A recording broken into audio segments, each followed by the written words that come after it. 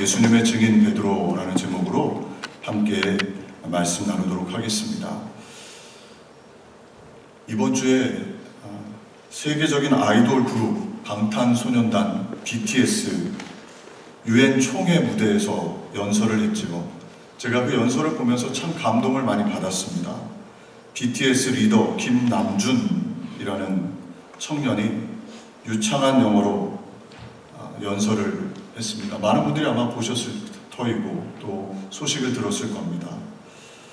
자기가 걸어온 나날을 되돌아보면서 이제는 자신을 온 힘을 다해 끌어안고 조금씩 사랑해 보려 한다. 이런 내용으로 연설을 했어요. 그 내용을 보면 아주 멋진 연설들이 많았습니다. 어제 실수했더라도 어제의 나도 나이고 오늘의 부족하고 실수하는 나도 나입니다. 내일에 좀 더 현명해질 수 있는 나도 나일 것입니다.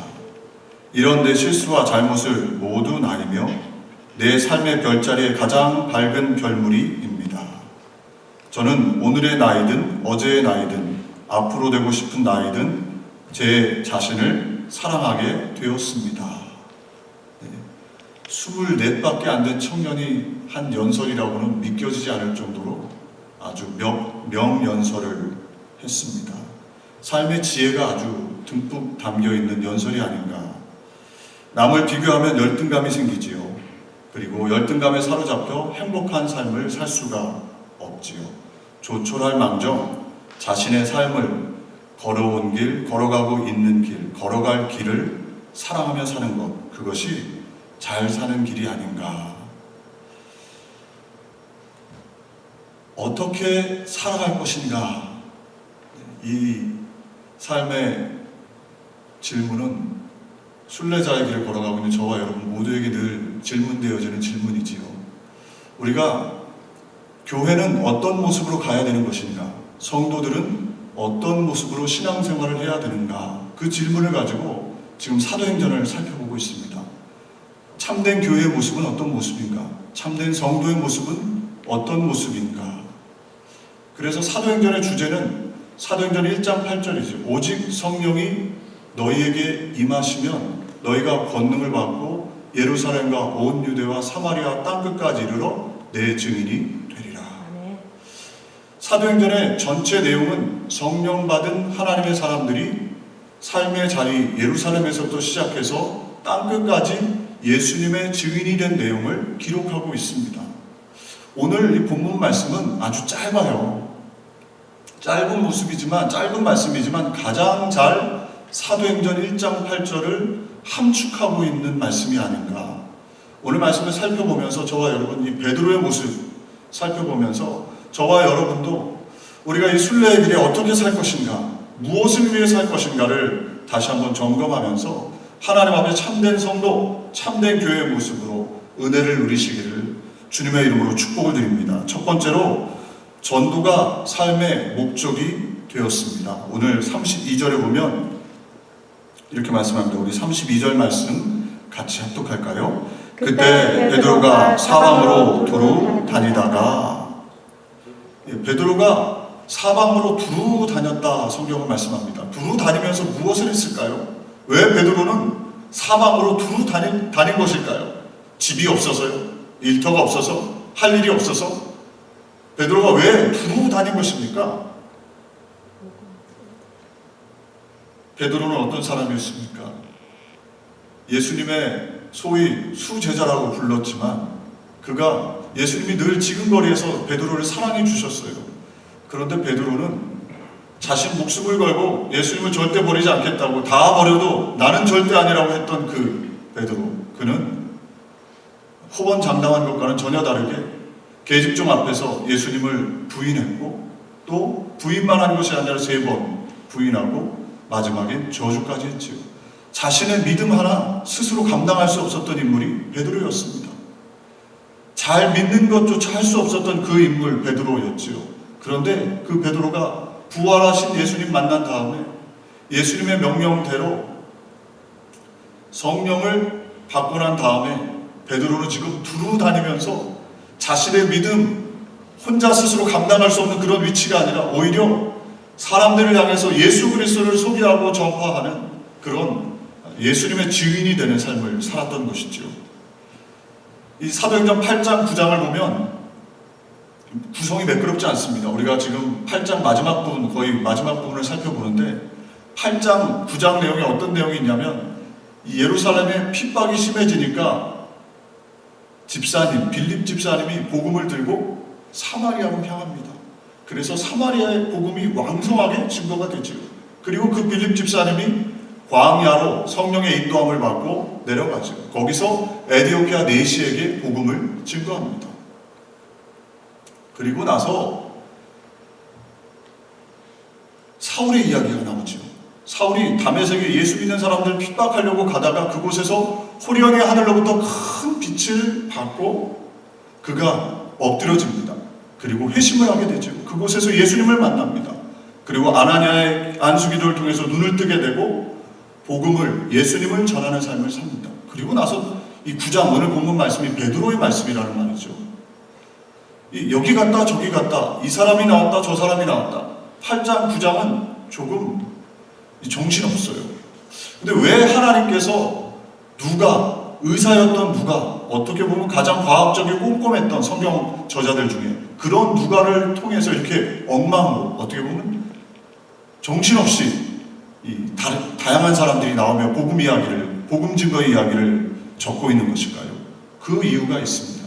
그 이유가 무엇이냐면 모두가 다 성령 받은 사람들은 각각 삶의 자리에서 빌립 집사님은 빌립 집사님대로, 사울은 사울대로, 베드로는 베드로대로 각각의 삶의 자리에서 복음을 증거하는, 그러니까 정신없이 그들이 복음 증거를 위하여 사방으로 두루 다녔음을 성경이 우리에게 말씀해주고 있는 것이지요.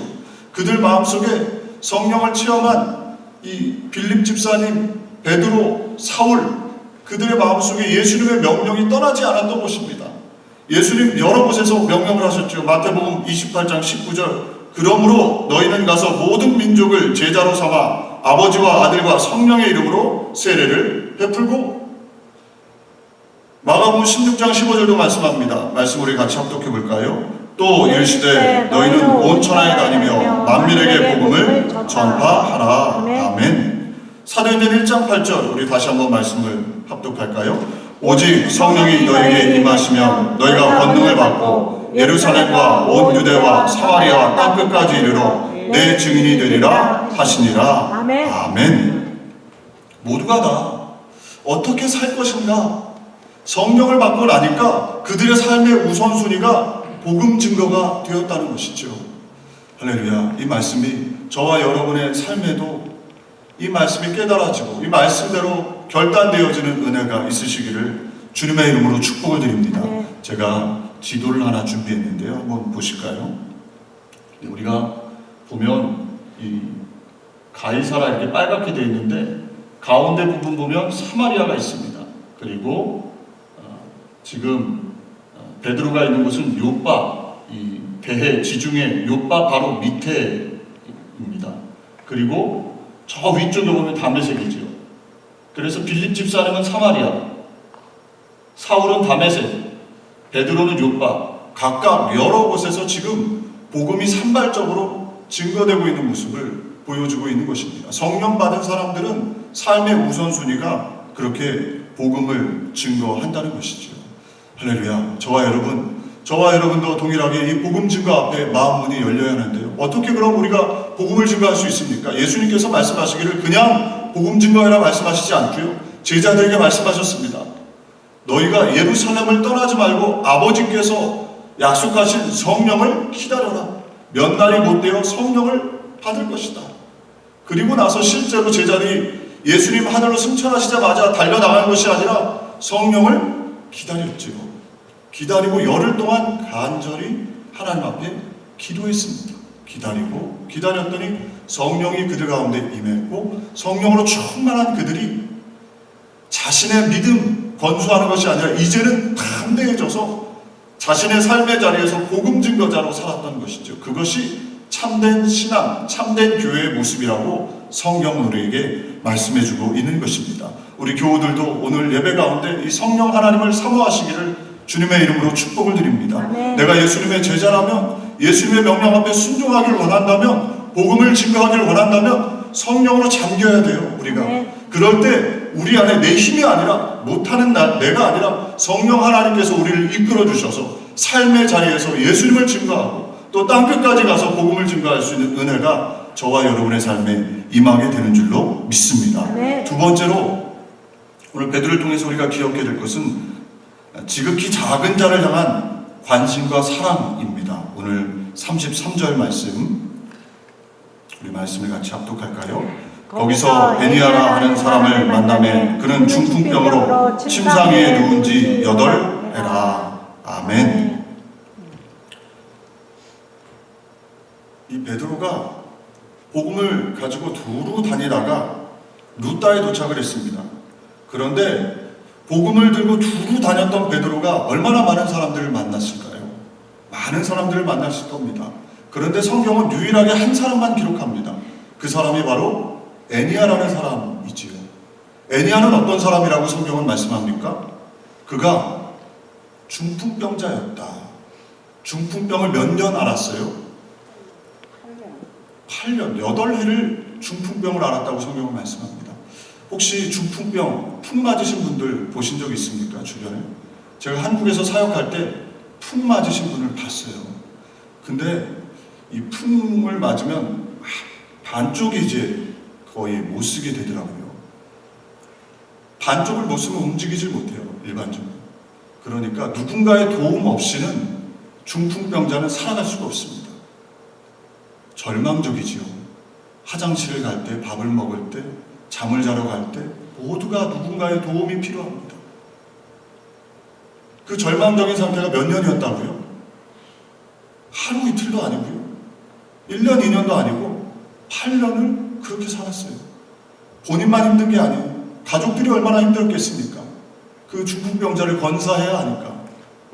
주변의 친지들이 얼마나 힘들었겠습니까? 치료하려면 얼마나 많이 돈이 들었겠습니까?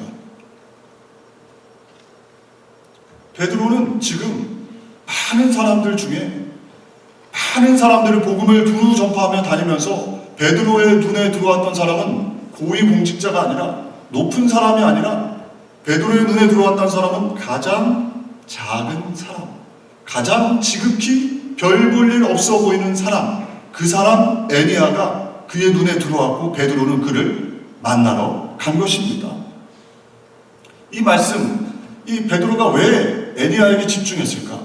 베드로의 마음속에 예수님의 말씀이 있지 않았겠습니까?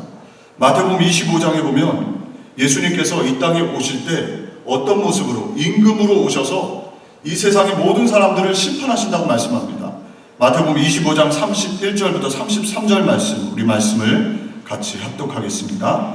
인자가 자기 영광으로 모든 천사와 함께 올 때 자기 영광의 보좌에 앉으리니 모든 민족을 그 앞에 모으고 각각 구분하기를 목자가 양과 염소를 구분하는 것 같이 하여 양은 그 오른편에 염소는 왼편에 두리라. 아멘.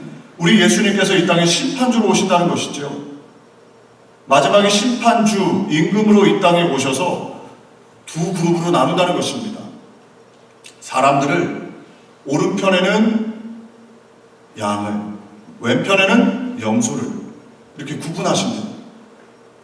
그 구분의 그 조건, 그 구분하는 기준이 무엇이냐?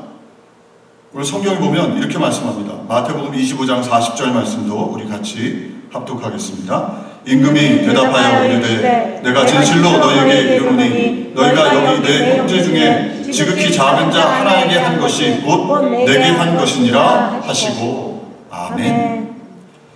양과 염소를 나누는데 양과 염소를 어떻게 나누느냐?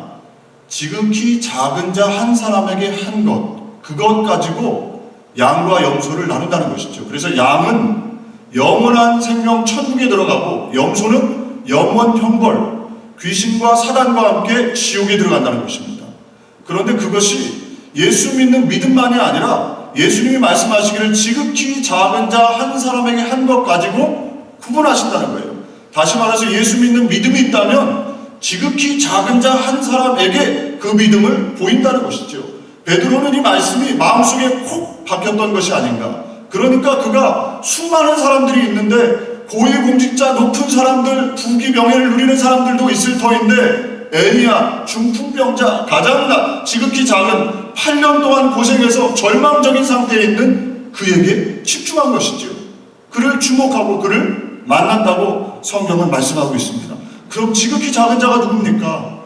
예수님은 분명히 여기에 대해서도 말씀하십니다. 마태복음 25장 35절에서 40절까지 말씀, 우리 말씀이 조금 깁니다마는 말씀을 같이 합독하길 원합니다. 내가 줄일 때 너희가 먹을 것을 주었고, 목마를 때 마시게 하였고, 나그네 되었을 때 영접하였고, 헐벗었을 때 옷을 입혔고, 병들었을 때 돌보았고, 옥에 갇혔을 때 와서 보았느니라. 이에 의인들이 대답하여 이르되 주여 우리가 어느 때 주께서 줄이신 것을 보고 음식을 대접하였으며 목마르신 것을 보고 마시게 하였나이까? 어느 때 나그네 되신 것을 보고 영접하였으며 헐벗으신 것을 보고 옷을 입혔나이까? 어느 때 병드신 것이나 옥에 갇히신 것을 보고 가서 배웠나이까? 하리니 임금이 대답하여 이르되 내가 진실로 너희에게 이르노니 너희가 여기 내 형제 중에 지극히 작은 자 하나에게 한 것이 곧 내게 한 것이니라 하시고. 아멘. 형제 중에 한 사람이 줄일 때 그 사람이 바로 예수님이라는 것이죠. 형제 중에 한 사람이 지극히 작은 자가 목마를 때, 또 지극히 작은 자 어떤 사람이 나그네 되었을 때, 헐벗었을 때, 병들었을 때, 옥에 갇혔을 때 그들을 사랑으로 대하는 그 모든 행동들이 우리 주님께 드리는 행동이라는 것입니다. 아멘. 할렐루야. 아멘. 베드로는 이 예수님의 말씀이 가슴속에 꼭 박혀 있었던 거예요. 제가 작년에 갔던 집회가 있는데요. 그 교회가 이제 빌립보 교회인데, 이 빌립보 교회에 은퇴하신 목사님이 교회 이름을 바꾸시려고 그랬대요. 뭐라고 바꾸려고 그랬냐면 머슴교회.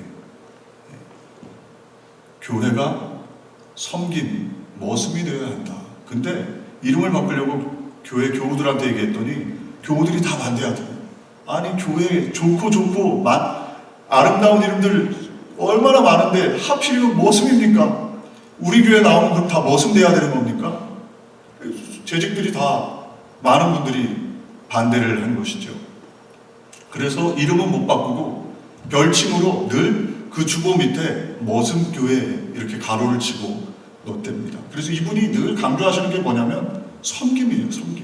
예수님은 이 땅에 섬기러 오셨다는 것이죠. 그런데 사단은 군림하러 왔다는 거예요.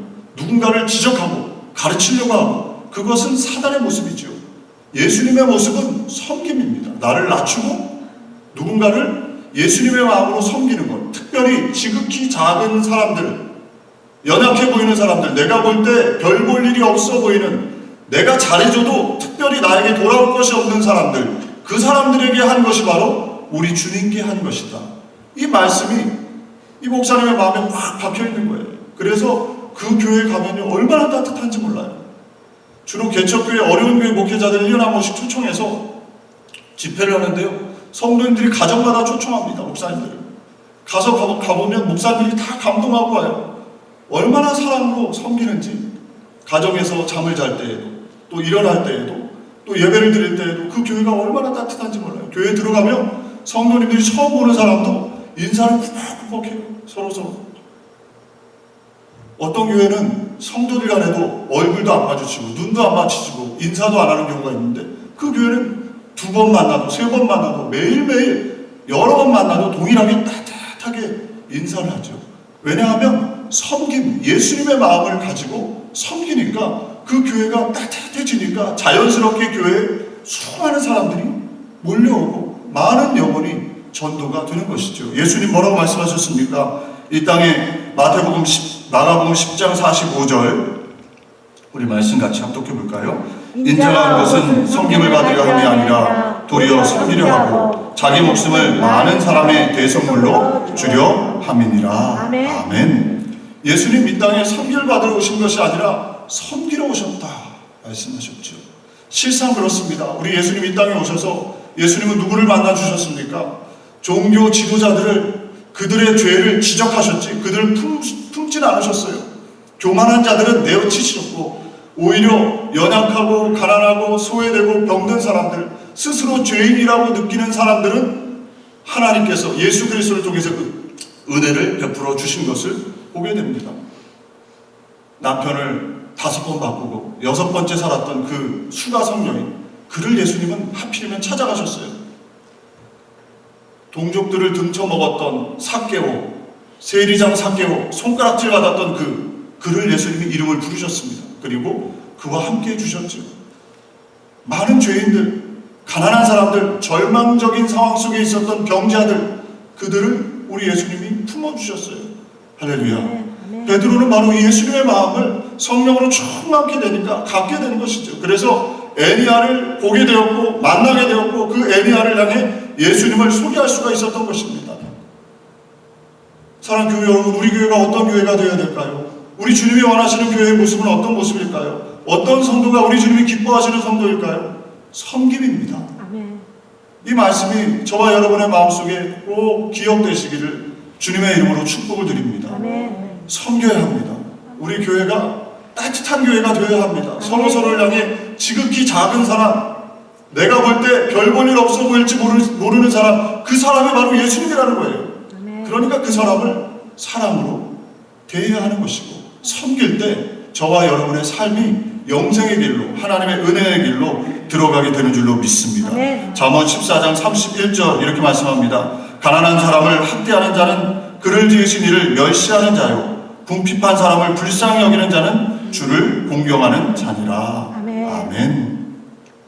세 번째로 베드로는 어떤 모습을 우리에게 보여주느냐? 베드로는 예수님을 소개합니다. 오늘 33절, 34절 말씀 우리 같이 다시 한번 합독하겠습니다. 거기서 애니아라 하는 사람을 만나매 그는 중풍병으로 침상에 누운 지 8해라. 베드로가 이르되 애니아야, 예수 그리스도께서 너를 낫게 하시니 일어나 내 자리를 정돈하라 한데 곧 일어나니. 아멘. 베드로는 이 애니아, 가장 작은 사람, 지극히 작아 보이는 중풍병자, 8년 동안 앓았던 그를 만나서, 자, 나를 보세요. 내가 옛날에 얼마 전에 성전 미문에 앉았던 안진뱅이를 일으켰어요. 자, 나를 좀 주목하세요. 나는 예수님의 수제자예요. 나는 성령으로 충만해요. 이렇게 하는 것이 아니고요. 베드로는 사라지고, 자신은 사라지고 누구를 소개합니까? 예수 그리스도를 소개합니다. 성령 충만은 예수 충만이지요. 아멘. 베드로는 성령으로 충만해져서 예수님을 소개한 것입니다. 아멘. 치료하시는 예수님, 살아계신 예수님, 지금도 역사하시는 예수님, 성경에만 나와 있는 예수님이 아니라 자신의 가슴 속에 뜨겁게 뛰고 계시는 예수님의 그 심장, 그 사랑 가지고 예수님을 베드로는 소개한 거예요. 할렐루야. 아멘. 저와 여러분도 그런 은혜가 있으시기를 주님의 이름으로 축복을 드립니다. 아멘. 기적은 어떻게 일어나나요? 우리 안에 계신 예수님을 통해서 기적이 일어나는 것이죠. 아멘. 우리가 무엇이 됐기 때문에, 무슨 직분을 받았기 때문에, 무엇이 됐기 때문에가 아니라 우리 안에 예수님 계실 때, 살아계신 예수님이 성경 말씀만이 아니라 내 가슴 속에 살아계실 때, 우리의 삶의 자리에 늘 함께 하시고 동행하는 것이 믿어질 때 하나님의 역사가 일어나는 것이죠. 아멘. 베드로가 바로 그런 은혜를 누렸던 것입니다. 베드로는 어떤 사람이었습니까? 베드로가 예수님과 함께 물 위를 걸었던 사람 아닙니까?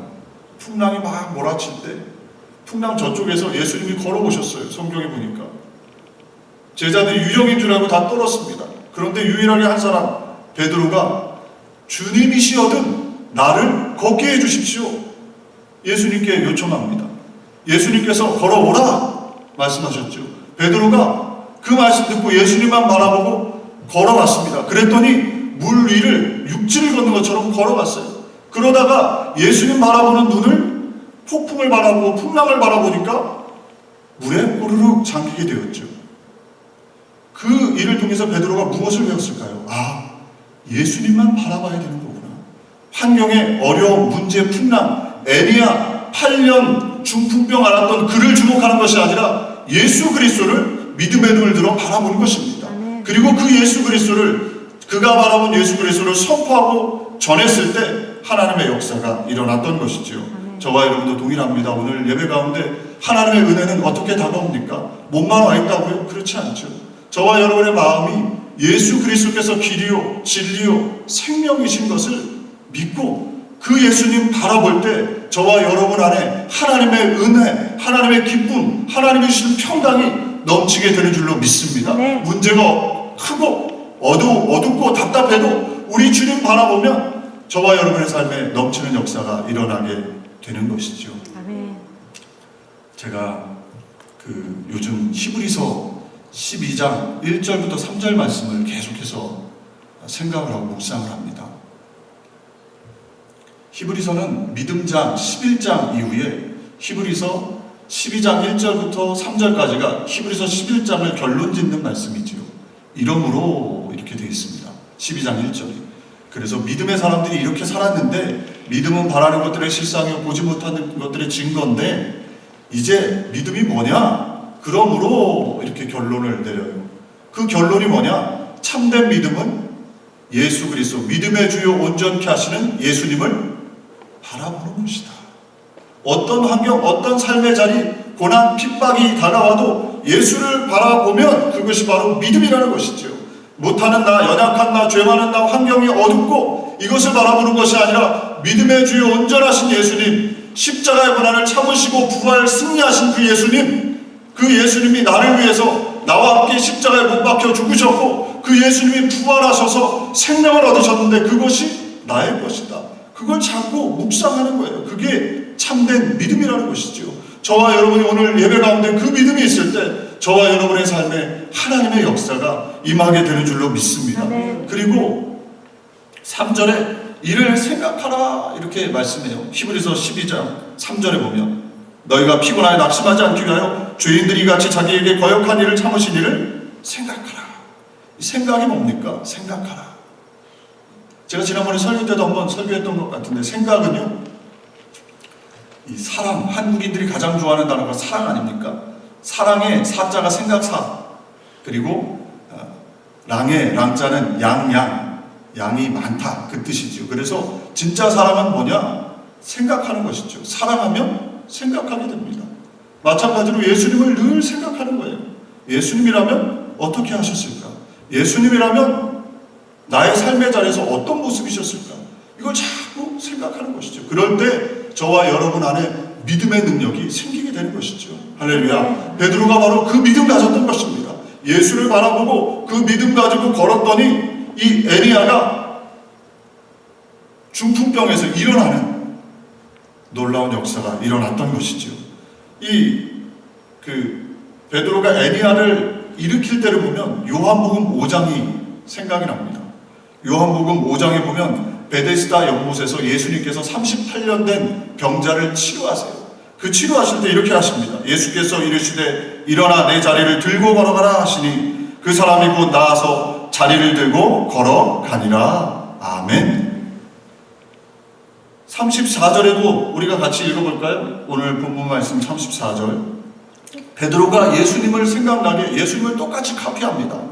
우리 한번 같이 합독하겠습니다. 베드로가 이르되 에니야야 예수 그리스도께서 너를 낫게 하시니 일어나 내 자리를 정돈하라 한데 곧 일어나니. 아멘. 베드로는 늘 예수님의 생각으로 가득했어요. 그러니까 8년 된 중풍병자를 일으킬 때도 38년 베데스다 연못에서 그 병자를 일으키셨던 예수님의 모습이 그의 마음속에 있었던 거예요. 그러니까 예수님처럼 선포합니다. 일어나라. 그랬더니 일어났던 것이죠. 사랑하면 따라가게 되어 있죠. 부부도 사랑하는 부부는 서로 닮아가게 되어 있습니다. 자녀들도 엄마 아빠를 좋아하면 엄마 아빠 하는 대로 닮아가게 되죠. 베드로가 예수님을 사랑하니까 예수님을 늘 생각하니까 예수님이 하셨던 방법대로 그렇게 병자를 치유했던 것입니다. 말씀을 맺겠습니다. 사랑하는 교회 여러분, 우리가 어떻게 살 것인가? 저와 여러분 모두가 인생의 순례길을 걷고 있습니다. 각각 다른 삶의 방법, 목적을 가지고 살아갈 수 있지요. 그러나 성경은 참된 성도, 참된 교회의 모습은 어떤 모습이냐? 성령을 받고 전도가 삶의 우선순위가 되고 성령을 받아서 예수님의 마음 가지고 지극히 작은 자를 섬기고 성령을 받아서 예수 그리스도가 주인 되심을 선포하고 예수님을 따라하고 예수님을 카피하고 예수님을 닮아가려고 하는 것, 그것이 바로 참된 삶의 길이요, 유일한 길이요. 그 길 걸어갈 때 하나님의 은혜와 평강과 기쁨이 임한다고 저와 여러분에게 말씀해 주고 있는 것입니다. 이 말씀이 저와 여러분의 삶에 깨달아지고 결단되어지고 그렇게 헌신되어져서 하나님께서 주시는 풍성한 은혜 속에 머무시기를 주님의 이름으로 축복을 드립니다. 기도하겠습니다. 좋으신 하나님, 하나님의 말씀이 우리의 머리만 커지게 하는 말씀이 아니라 늘 삶의 적용과 결단이 되는 말씀이 되기를 간절히 소망합니다. 우리 교우들의 삶의 방향이, 목적이 베드로와 같이 성령을 받아서 복음을 증거하며 지극히 작은 자를 예수님의 마음으로 섬기며 예수님을 따라하는, 예수님을 닮아가는 귀한 역사가 있게 해 주옵소서. 예수님의 이름으로 기도 올려옵나이다. 아멘. 우리 이 시간에 함께 기도하겠습니다. 말씀을 생각하면서 각자 기도 제목을 놓고 이 시간에 우리